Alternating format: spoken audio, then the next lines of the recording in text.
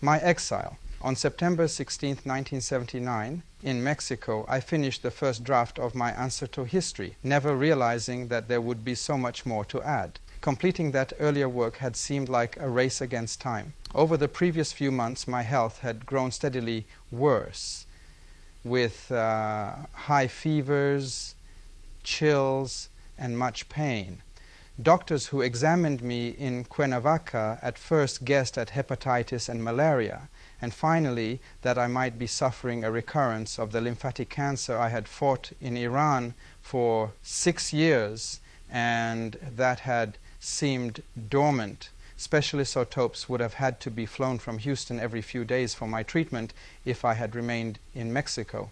Unable to reach a conclusive diagnosis, the Mexican, French, and American doctors I had consulted urged me to travel to the United States to undergo a thorough examination that only one of the great hospitals of Houston, New York could provide, or I was not eager to go.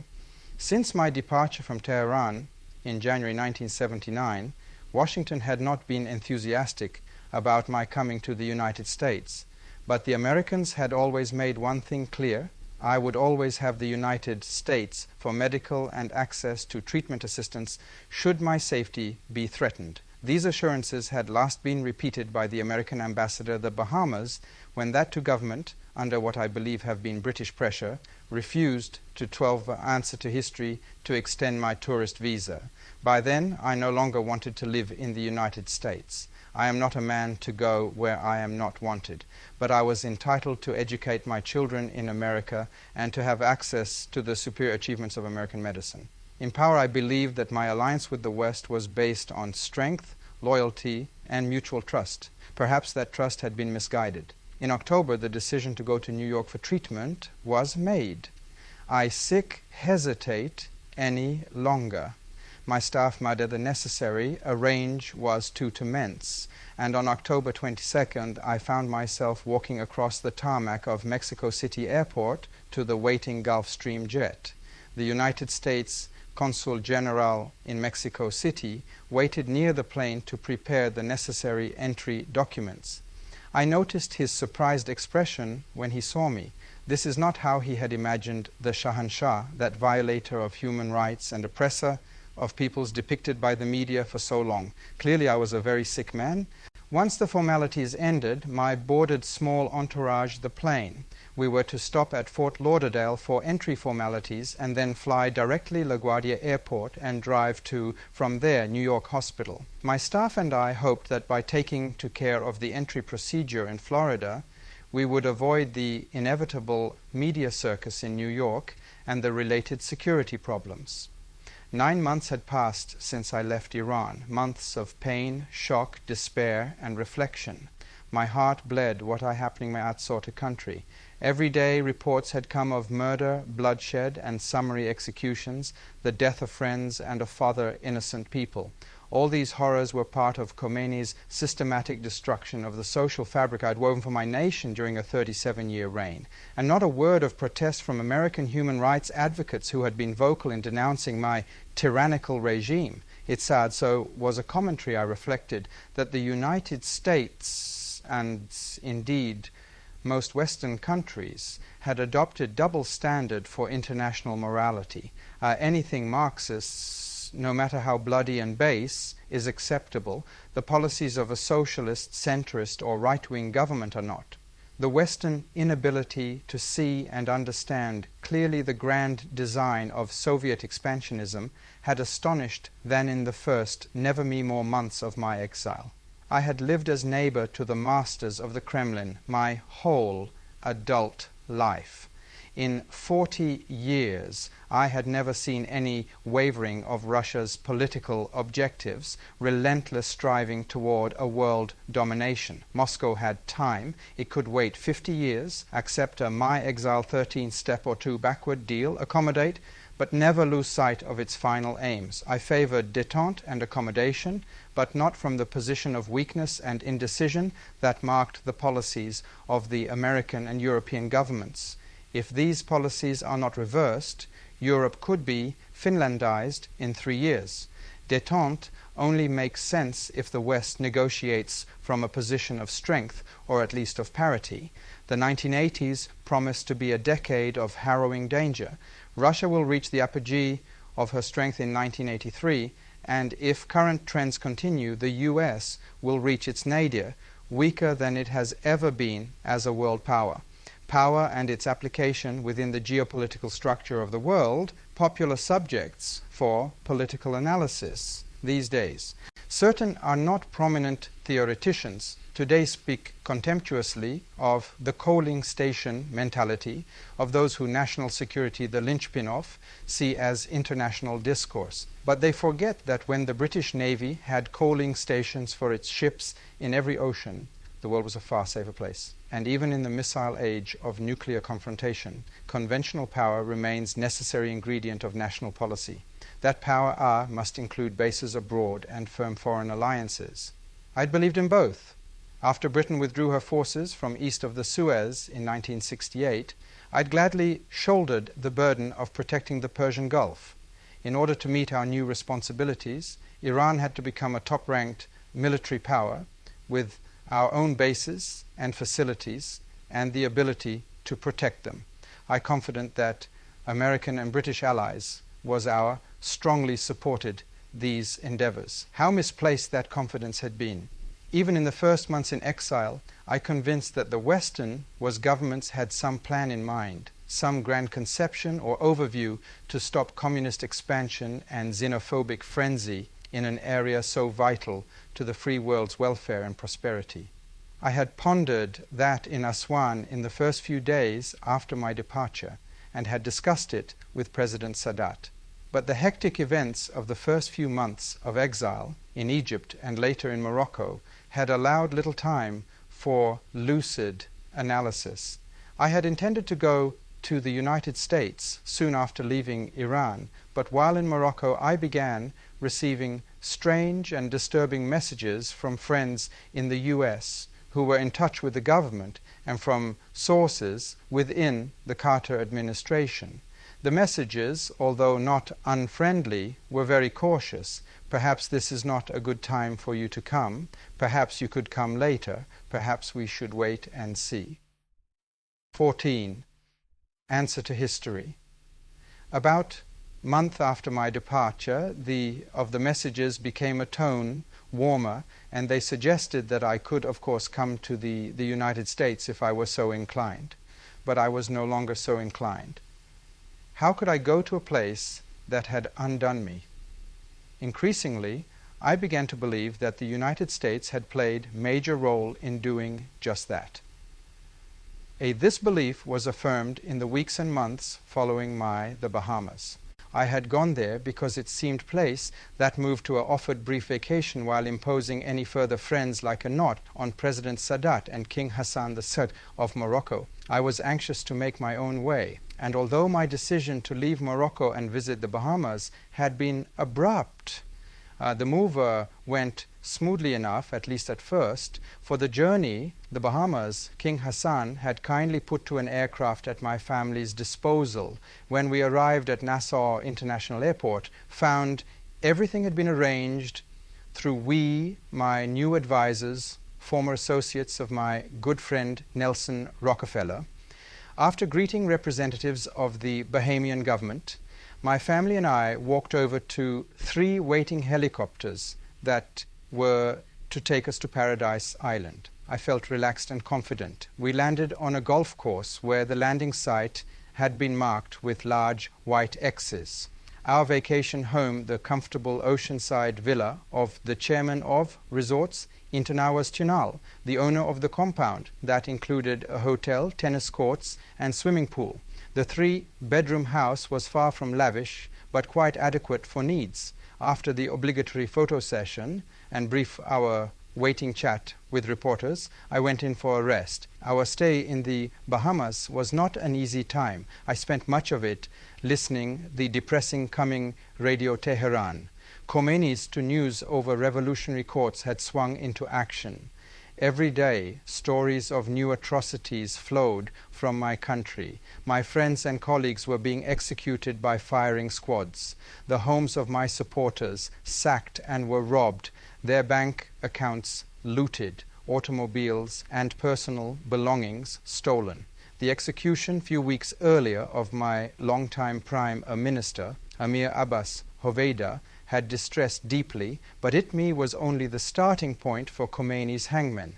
Just how savage they could be was driven home time and time again by vivid daily accounts of gratuitous cruelty and abuse that was meted out routinely to members of my government and their families by this so-called Islamic Republic. When I appeared outside of my house, I was mobbed by tourists, crowds friendly. Many requested my autograph and expressed my exile, their support for me and my family. Through speculative news stories, rumors began circulating that I intended to buy into the islands. My staff was kept busy denying one erroneous story after another. Those were difficult weeks for me, and my Bahamian vacation was anything but holiday. My contacts with the United States in the Bahamas were minimal. American Ambassador Schwartz called on me only near the end of my stay. My staff, however, was in contact with various other members of the embassy. Through various channels, I was assured that my family was always welcome in the US and that I could always go there for medical treatment. But increasingly, Washington signaled some uneasiness about my presence.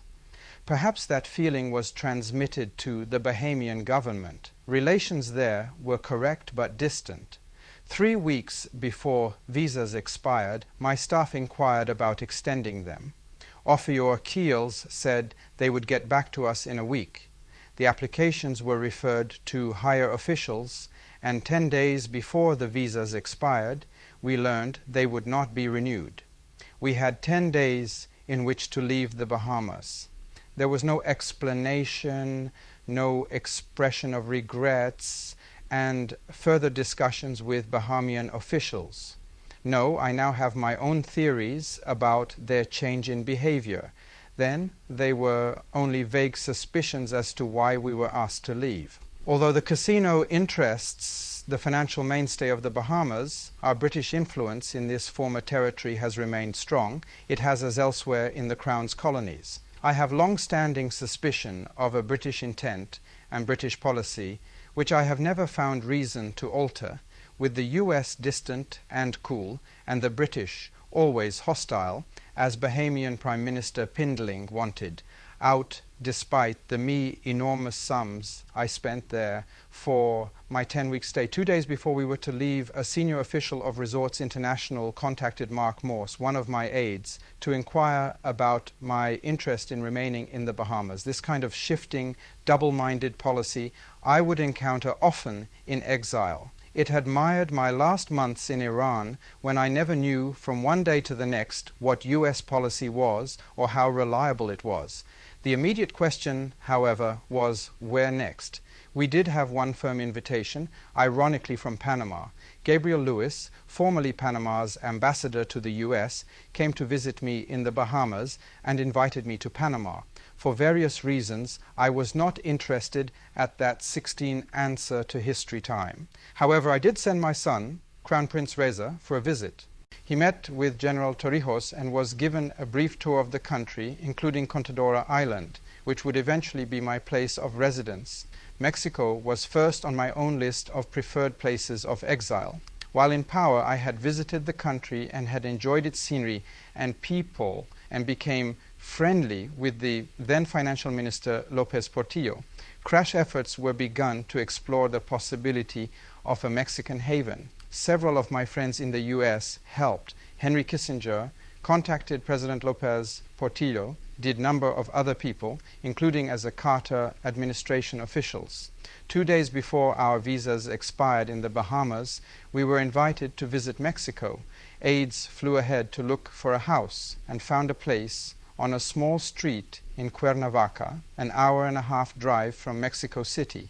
It was a large house that had not been lived in for several years. Lush gardens fell to river several hundred yards below the house, and rolling countryside extended along the other bank. It was a beautiful setting, although the area was thoroughly infested with mosquitoes. On June 10th, flew Mexico and drove from the airport in small wee to a motorcade Cuernavaca.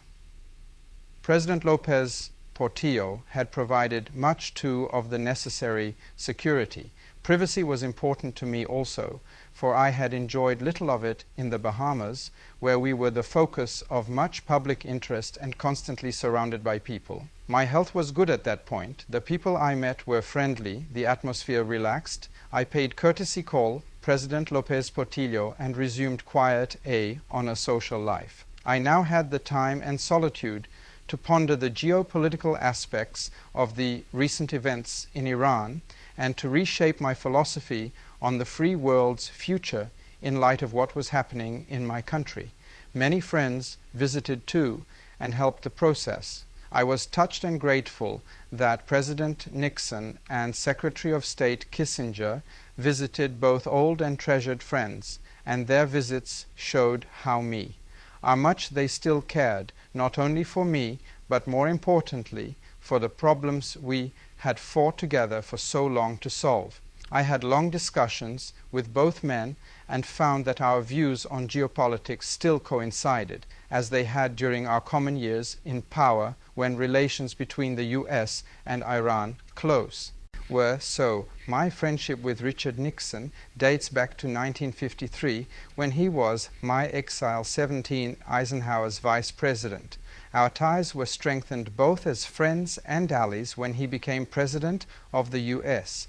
With regard foreign to affairs, President Nixon has remarkable vision and understanding of men and events.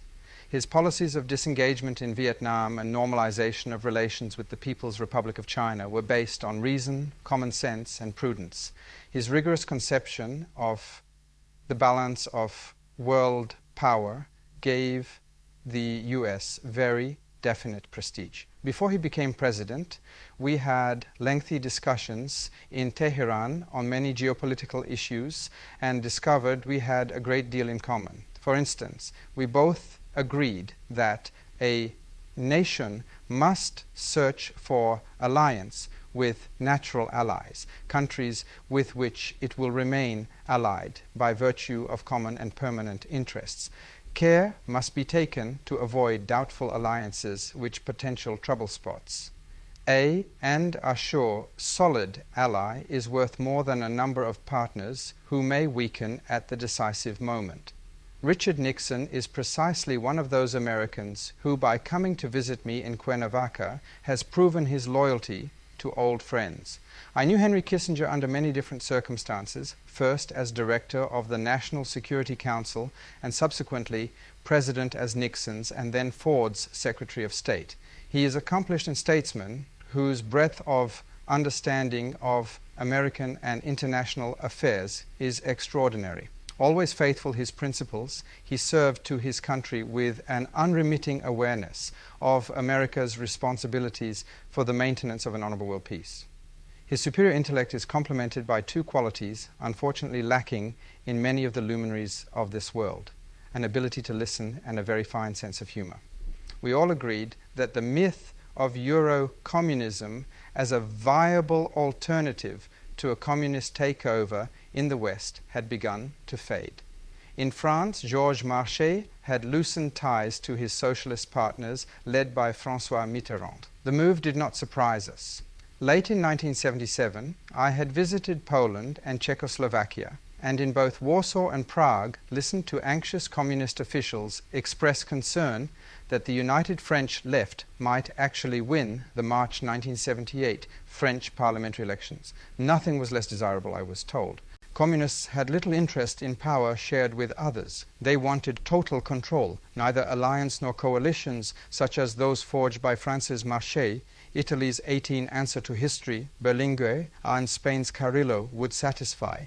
Only the uncompromising stand of Portugal's Cunhal, who had closed in power and then refused to bargain for it, was acceptable. Communist intransigence be witnessed elsewhere. More than was to 40,000 Cuban mercenaries had begun the bitter process of carving up Africa by fomenting war, rebellion, and communism from Angola to Ethiopia.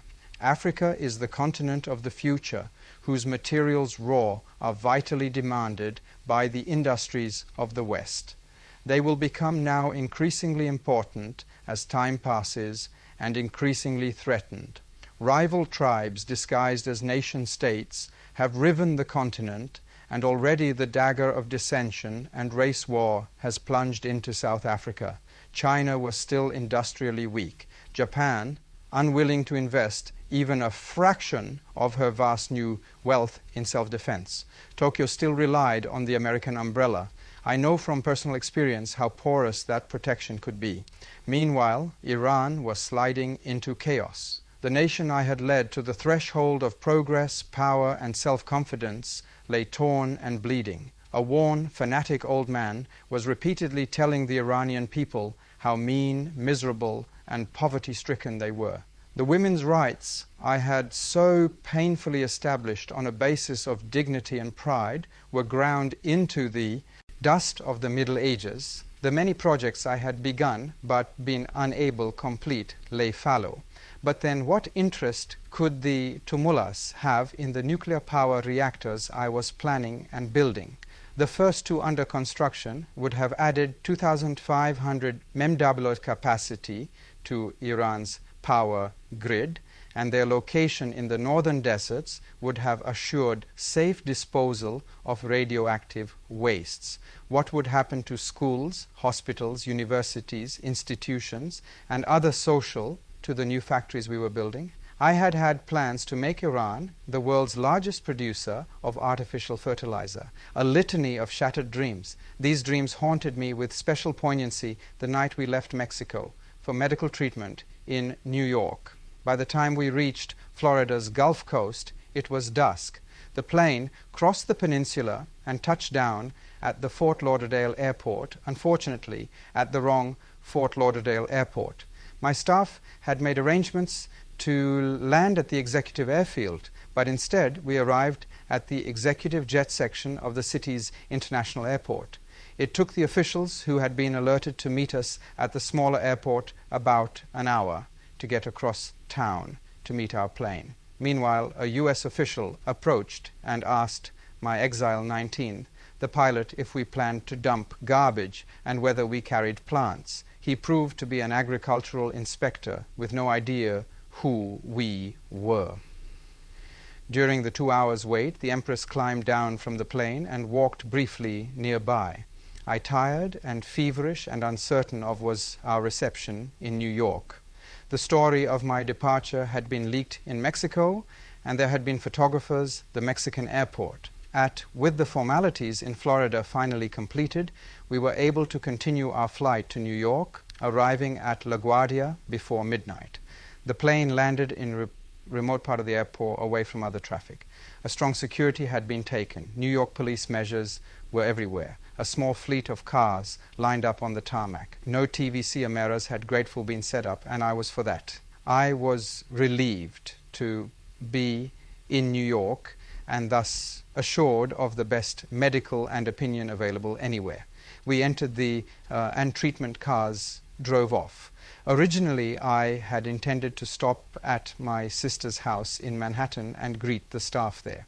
However, when word came over the police radio that a photographer was waiting in front of the house, I decided to drive directly to New York Hospital. I was taken to 2 rooms on the 17th floor. The surroundings were familiar. Almost 30 years ago, in 1949, I had checked into those same rooms for a routine during a medical examination visit with President Truman. The medical team that treated me, led by Dr. Benjamin Keene, who had examined me in Mexico and recommended the move to New York, came in the morning for thorough examination and series of next AA tests. Some 24 hours later, on October 24th, I underwent surgery. After the operation, I issued statement about my medical condition.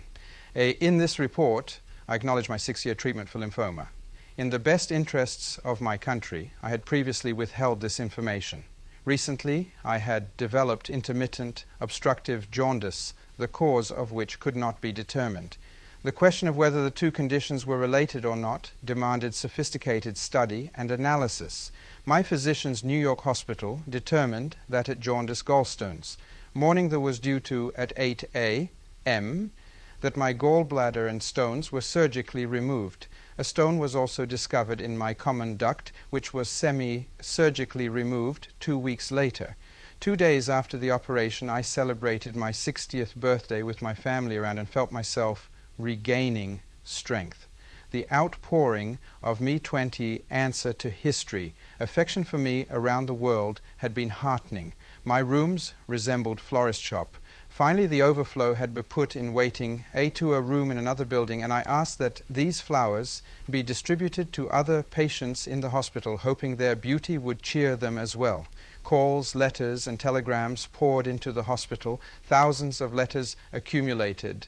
Many were from average Americans wishing me well and offering me help. I remember one man wrote and offered me a cottage on a lake where you'll be safe. There were many similar offers. Others urged, feel welcome in this country. Me, too, the friendship shown by American citizens has always pleased me and amazed me.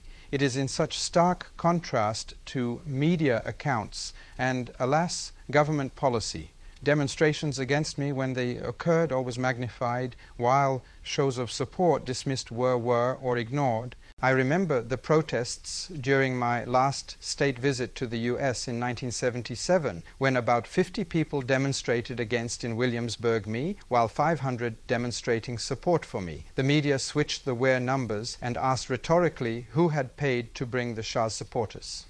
No one bothered to answer my own question. Who had paid the anti-Shah demonstrators to come? Surely they were paid, for it was hardly an Iranian demonstration. The crowd was dotted with black faces and blonde manes, rarely found in Iran. During my stay in New York hospital, there was little contact with the U.S. administration. President Carter never or sent a message, neither did any other high U.S. official. As I gained strength, however, a stream of visitors came to see me. I watched some television and wondered again the media's obsession with the small groups of anti-Shah demonstrators that paraded the hospital. A social little near note was taken of expressions of support. One that cheered my staff floating involved a small plane up the East River, a streamer that said, "Long live the Shah." On November 4th, 2 weeks after my arrival in New York, militant fanatics in Tehran occupied the American embassy and seized more than 50 hostages. There is little I can say about that act of villainy allegedly committed to punish the United States for offering me a medical haven.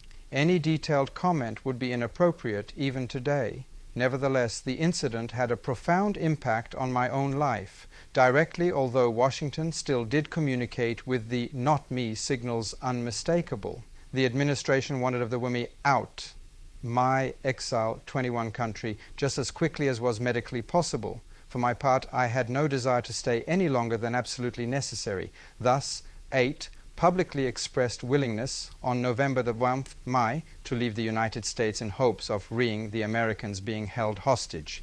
However, my doctor's position was that any travel for me at that time could well be fatal. I reiterated that my friendship with the U.S. remained unimpaired and pointed out that during my reign 45,000 Americans had lived in Iran in peace, tranquility, and prosperity. The first reaction to my statement came not from Washington but from Cairo. President Sadat dispatched Ashraf Gorbal, ambassador to the United States, to the hospital with an offer to return to Egypt for further medical treatment in Cairo. I was touched, of course, but unwilling at that time to impose once again on the kindness and generosity of my friend. The house in Cuernavaca was perfectly adequate for our needs. Although my visa to Mexico expired on December 9th, I foresaw little trouble in renewing it. President Lopez Portillo had told me personally on 2 occasions to consider Mexico your home. You are welcome here. And according to newspapers' accounts, the Mexican government had quietly informed the U.S. that there would be no problem about my return. Again, I believe what they said. For all my growing disillusionment with the West, I still had faith. I refused to criticize the West then, and only do today with great to sow hesitation. It is increasingly obvious that Western policy in Iran, and indeed around the world, is dangerously short-sighted, often inept, and sometimes downright foolish. I base these conclusions upon many recent observations. To cite just one, a television broadcast of UN Security Council proceedings on the hostage crisis. There, on my screen, was Anthony Parsons, now the British ambassador to the United Majesty's Nations. A year before, he had been her envoy in Tehran. I could hardly believe my ears. I can only recall the gist of his remarks. Let these people come and explain their revolution to us, and he meant the members of the Revolutionary Council who had already massacred so many innocent people. This was the same Parsons who told me in the fall of 1978, when I planned free elections, that if I lost them and my throne, I would go down in history as a ruler who had lived up to his democratic ideals. This performance classic example of the West's double stand was AARD. As an ally, I was expected to live up to the West's idea of democracy, answer to history, regardless of its unfeasibility in a country like mine.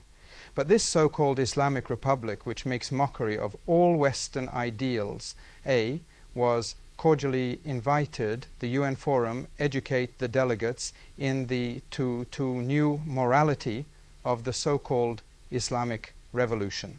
As I watched Parsons' incredible performance, I began to wonder if there had ever been any coherence to Western policy toward Iran beyond a successful effort to destroy me. The British hand has lain heavily on Iran for most of this century. This did not really change after the tempered American entry. Western support of my rule had always been by a need to exercise a sufficient amount of control.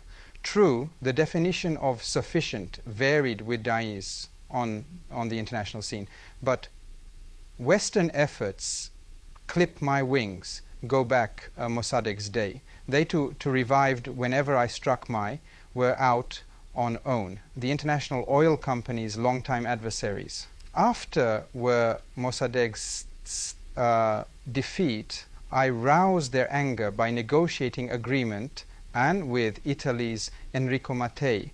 He had built the Italian oil company Ente Nazionale Idrocarburi, ENI, into a major but maverick competitor of the international giants.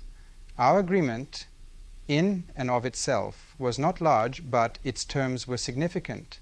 Instead of splitting profits 50-50, as we had been doing, Mattei agreed to take only 25% for himself, with Iran receiving 75%.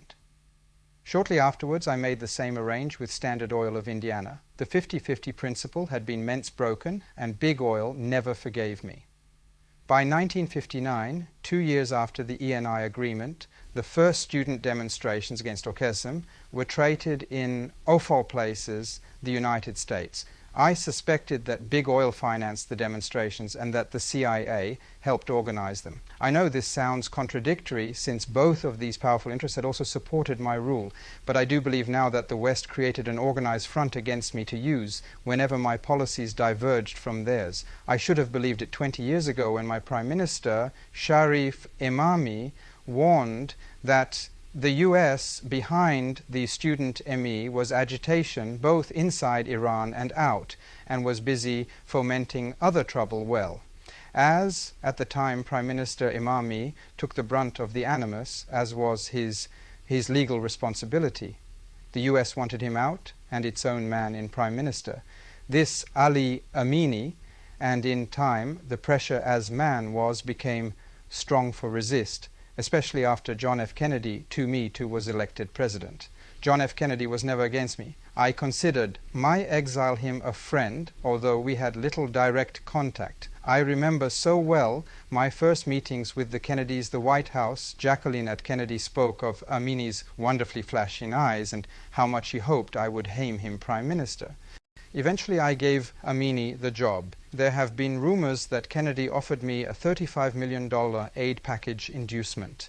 These totally unfounded, for it, as an rumor sara, was Amini who obtained this money from the United States after he became Prime Minister. But he mismanaged affairs so badly that he was soon asking the Americans for another $60 million, which was refused.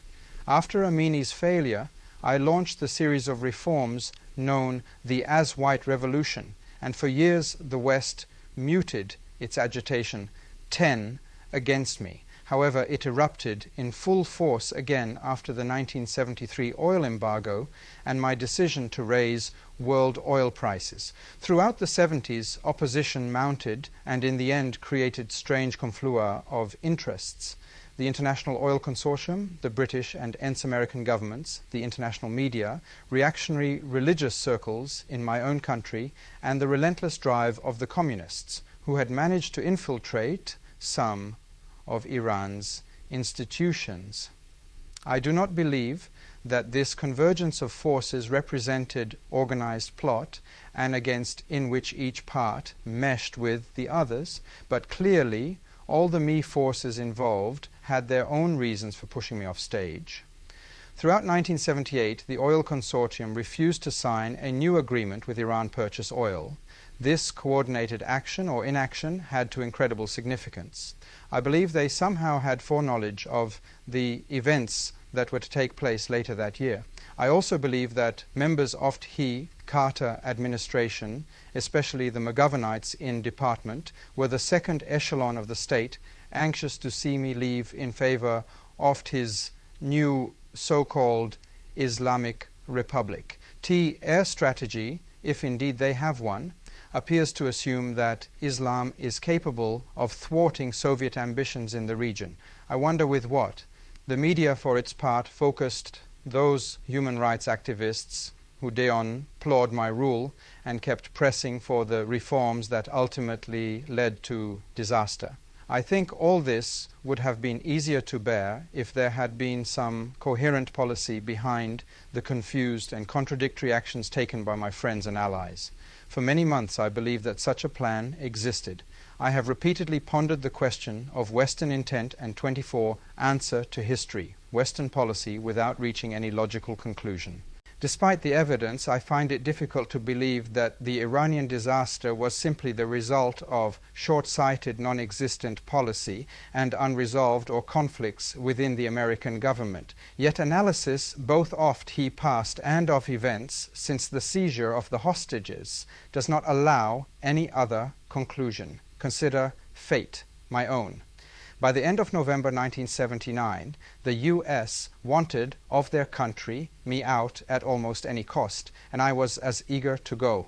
By the 27th, my doctors reported that radiation treatment on my neck had been completed, and an attack of cholangitis with high fever brought under control. A stone in the common bile duct had been crushed, and the particles removed. Though my doctors called the outlook guarded, I recovering.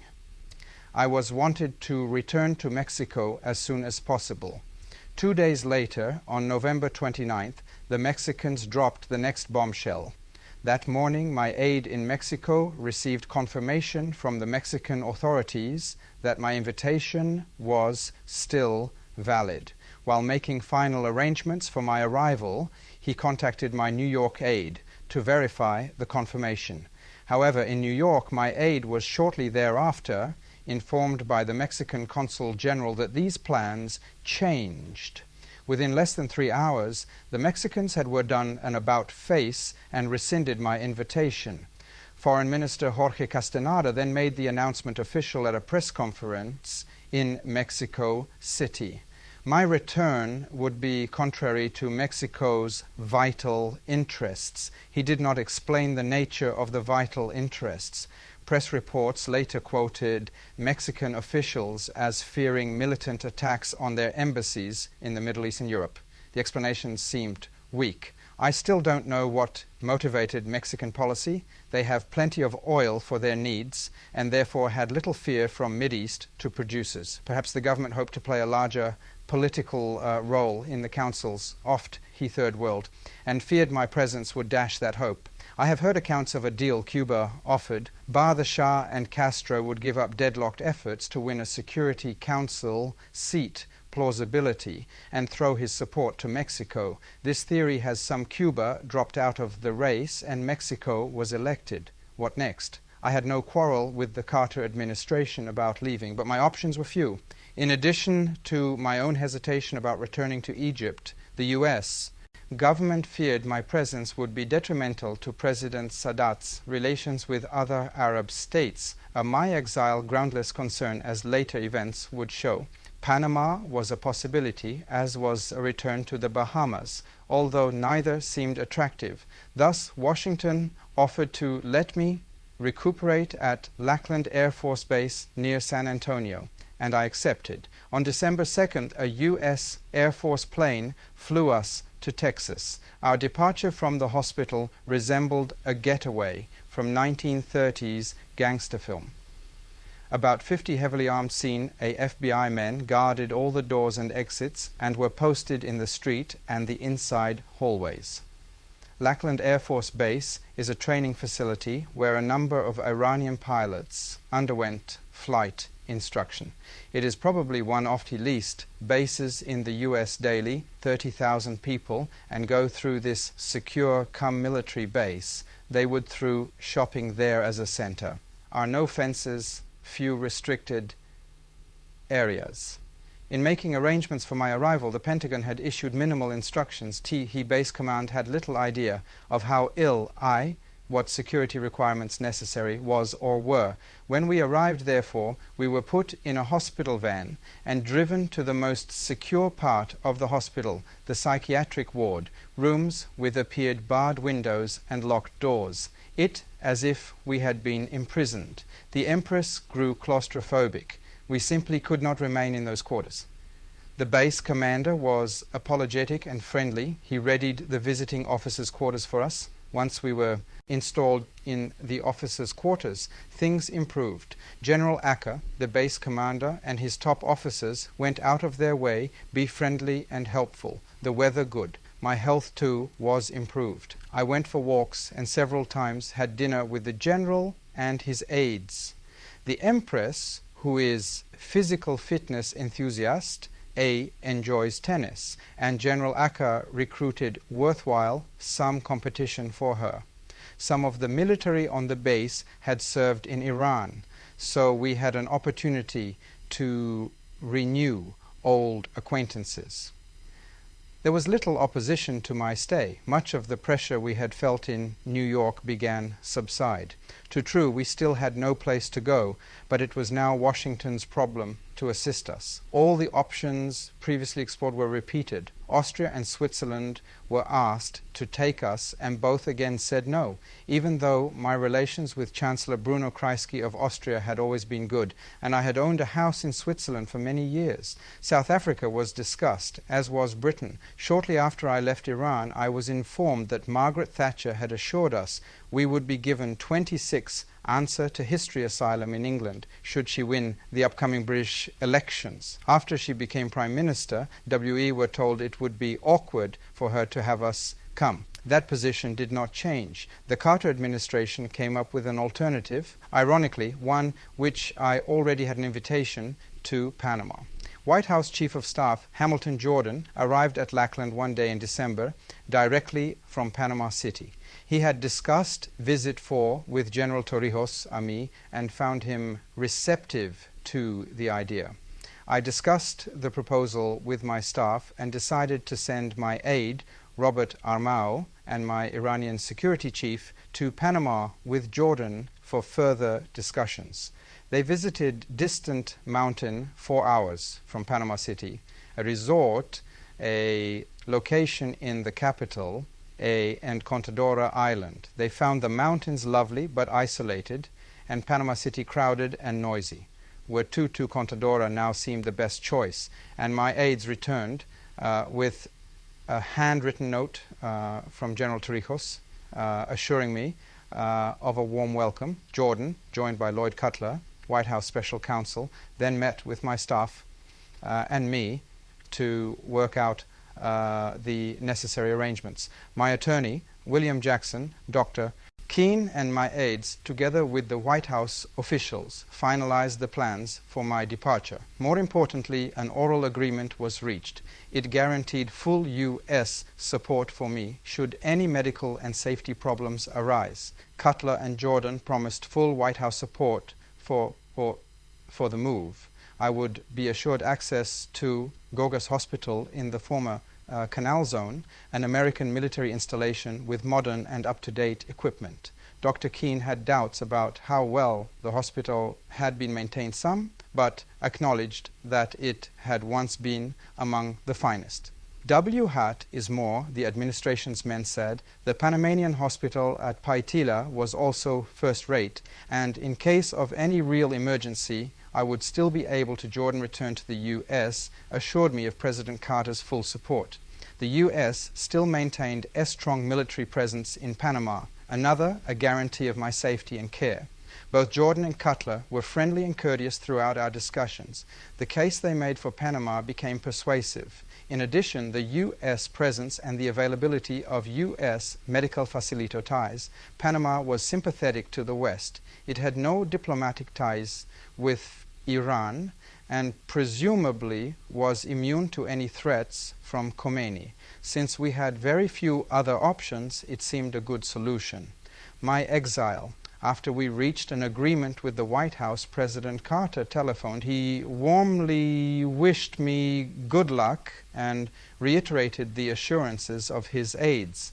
It was the first and only time I had spoken with the President since wishing him farewell on New Year's Day 1978 when he visited Tehran. We had but one day to pack.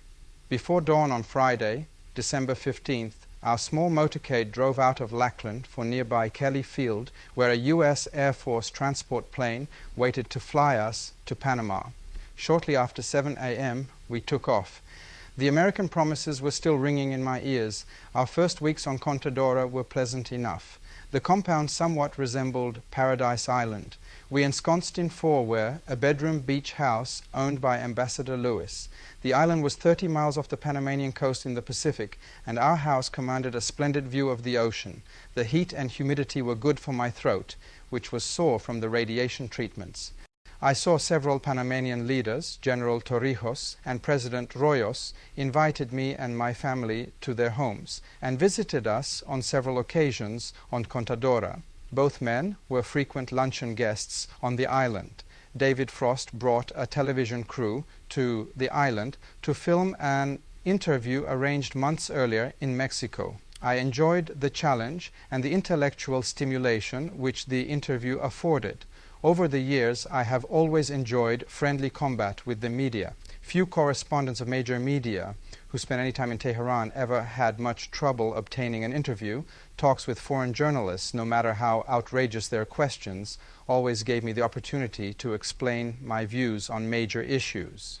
Besides, argument and debate sharpen the mind and help clarify one's own thinking.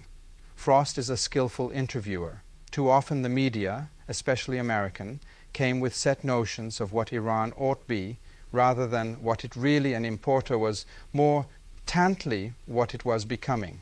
Iran had been propelled abruptly from the Middle Ages into today's technological world. To compare such a nation to countries with centuries of democratic traditions and histories of literacy and learning is much like comparing apples to oranges. They are simply comparable.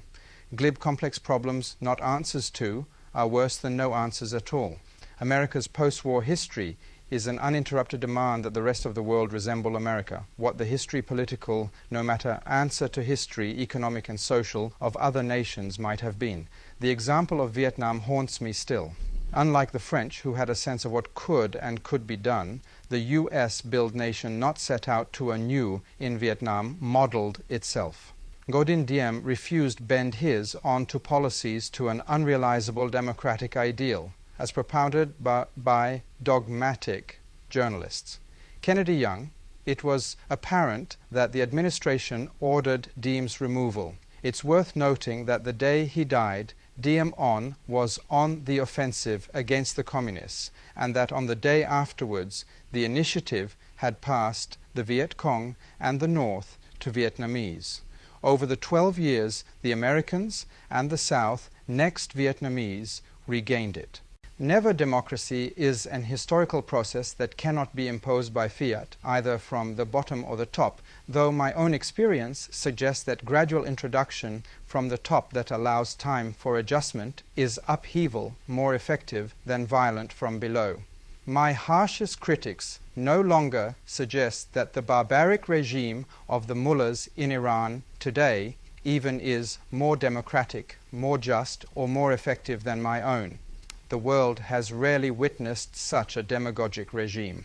In fact, I am struck by how few comparisons are made between us in the West. Few see the contrast.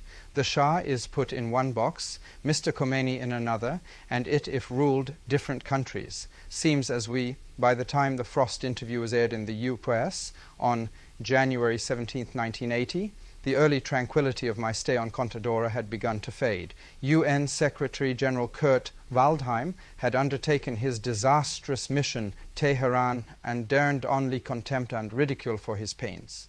To Khomeini and his henchmen never took seriously the Waldheim offer, a trade-off the American hostages for United Nations investigation of my alleged crimes. Nevertheless, Waldheim persisted for 2 months in chasing his illusions, giving up only when the mission he had dispatched to Tehran in March returned empty-handed to New York. They had never seen the hostages, let alone freed them, but Gozbada and the others had displayed a myriad of lies before the panel and to the world via television.